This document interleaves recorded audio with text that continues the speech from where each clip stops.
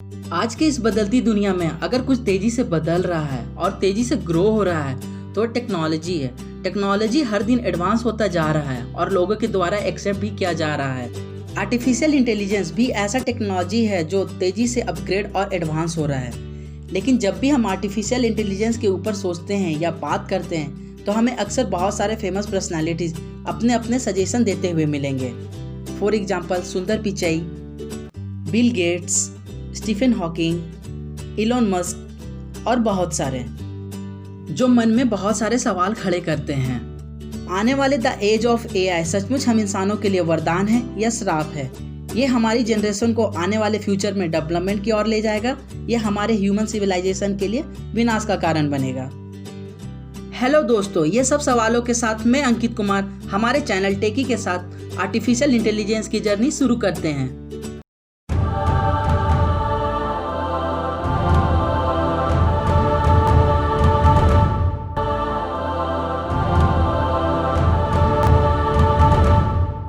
What is artificial intelligence?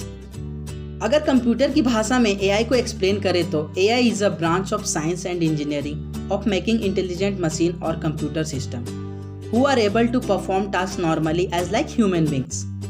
For example, visual perception, speech recognition, decision making, translation between language and many more. आम भाषा में इसका मतलब यह है कि एआई मैन मेड इंटेलिजेंस है जिससे मशीन्स, कंप्यूटर्स, रोबोट्स इंसान की तरह बिहेव करेंगे और काम कर सकेंगे। आर्टिफिशियल इंटेलिजेंस का यूज हर फील्ड में तेजी से बढ़ता जा रहा है। For example auto driving cars, machines, robots, health gadgets, analysing business market और बहुत सारे। एआई अभी इतना फैसिनेटिंग एंड पॉपुलर हो गया है कि हम सब सोचते हैं ये मार्केट में रिसेंटली आया है, लेकिन ऐसा नहीं है। इसकी शुरुआत 1915 के ईयर में शुरू हो गई थी। इससे अच्छे से जानने के लिए चलिए हम इसकी हिस्ट्री जानते हैं। History of artificial intelligence. अगर आर्टिफिशियल इंटेलिजेंस को हिस्ट्री से देखा जाए तो इसके बारे में सबसे पहले अच्छे से ईयर 1956 में जॉन मैकार्थी ने बताया था। उन्होंने बताया था कि artificial intelligence science and engineering का ब्रांच है जिससे मशीन्स, कंप्यूटर्स खुद से डिसीजन ले पाएगा और काम भी कर पाएगा। इसलिए उन्हें फादर ऑफ आर्टिफिशियल इंटेलिजेंस के नाम से भी जाना जाता है। जॉन मैकार्थी से भी पहले ईयर 1950 में एलन टर्निंग ने एआई के बारे में सजेशन दिए थे। उस पर टर्निंग टेस्ट भी दिए, लेकिन उनका टेस्ट सही से आर्टिफिशियल इंटेलिजेंस को डिफाइन नहीं कर पाया। इसके अलावा आर्टिफिशियल इंटेलिजेंस के ऊपर बहुत सारे लोगों ने सजेशन दिए, पर उनका सजेशन एआई को सही से डिफाइन नहीं कर पाया। आर्टिफिशियल इंटेलिजेंस के बारे में सुनकर हम लोगों को ऐसा लगता है कि ये फ्यूचर की टेक्नोलॉजी है जिसमें मशीन्स एंड रोबोट्स हमारे लिए काम करेंगे। ये टेक्नोलॉजी प्रेजेंट से कुछ लेना देना नहीं है, पर ऐसा नहीं है। हमारे डेली लाइफ में आर्टिफिशियल इंटेलिजेंस का इस्तेमाल रोज हो रहा है जिसका हमें अंदाजा भी नहीं है। तो चलिए देखते हैं application of artificial intelligence. Game of artificial intelligence. Gaming industries में आर्टिफिशियल इंटेलिजेंस का यूज बहुत ही जोरों से बढ़ रहा है। आर्टिफिशियल इंटेलिजेंस गेम का हमेशा से क्रूशल पार्ट रहा है। इसके इस्तेमाल से गेम में रिस्पॉन्स, एडिप्टिवनेस और intelligent behaviour in non players में जनरेट किया जाता है ताकि हमें गेम को अच्छे से फील कर सके और गेम का एंजॉय ले पाएं। आर्टिफिशियल इंटेलिजेंस इन टेस्ला मोटर। टेस्ला मोटर में आर्टिफिशियल इंटेलिजेंस का यूज सेल्फ ड्राइविंग कार्स को चलाने में, पार करने में और ऑब्जेक्ट डिटेक्शन में यूज होता है ताकि कार्स बिना एक्सीडेंट किए अच्छे से चल सके।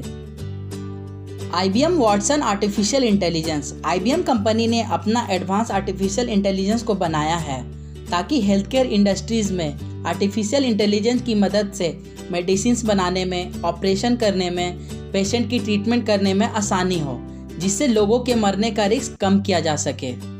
Language translate. आर्टिफिशियल इंटेलिजेंस की मदद से अब किसी भी भाषा को किसी भी भाषा में आसानी से ट्रांसलेट किया जा सकता है।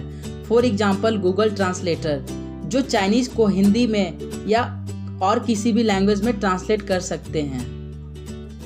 Google search engine. Artificial intelligence के यूज से हमें गूगल के सर्च बार में टाइप करते ही सही और एक्यूरेट रिजल्ट दिखाना, हमारे इंटरेस्ट के अकॉर्डिंग हमारा कंटेंट को दिखाना और उसे मेल या मैसेज करना, ये सब आर्टिफिशियल इंटेलिजेंस की मदद से होता है। आर्टिफिशियल इंटेलिजेंस के यूज से stock market research, company analysis, management of business अब चुटकियों का खेल बन गया है। स्पेस में high definition camera, satellite, robots अब सब एआई के मदद से मैनेज होने लगी है। एग्रीकल्चर में मानो अब रेवोल्यूशन सा आ गया है जिससे खेती में आसानी होगी। बेसिकली एआई के 3 टाइप्स होते हैं, तो चलिए देखते हैं types of AI. First, artificial narrow intelligence. Second, artificial general intelligence. Third, artificial super intelligence. Artificial narrow intelligence, इसमें इंस्ट्रक्शन पहले से डिफाइन होते हैं जिससे मशीन कंप्यूटर उस इंस्ट्रक्शन के अकॉर्डिंग काम करता है या कोई डिसीजन लेता है। यह कोई जनरल या सेल्फ अवेयरिंग इंटेलिजेंस नहीं है जैसे हम एआई के बारे में सोचते हैं या देखते हैं। ये बहुत सिंपल एआई है, इसलिए आर्टिफिशियल नैरो इंटेलिजेंस को वीक एआई भी कहा जाता है। आर्टिफिशियल नैरो इंटेलिजेंस का यूज बहुत जगह होता है। फॉर एग्जांपल गूगल की सीरी, अमेज़न की अलेक्सा। ये वीक एआई जिसमें हम अपने अकॉर्डिंग डाटा डाल के as a personal AI use करते हैं।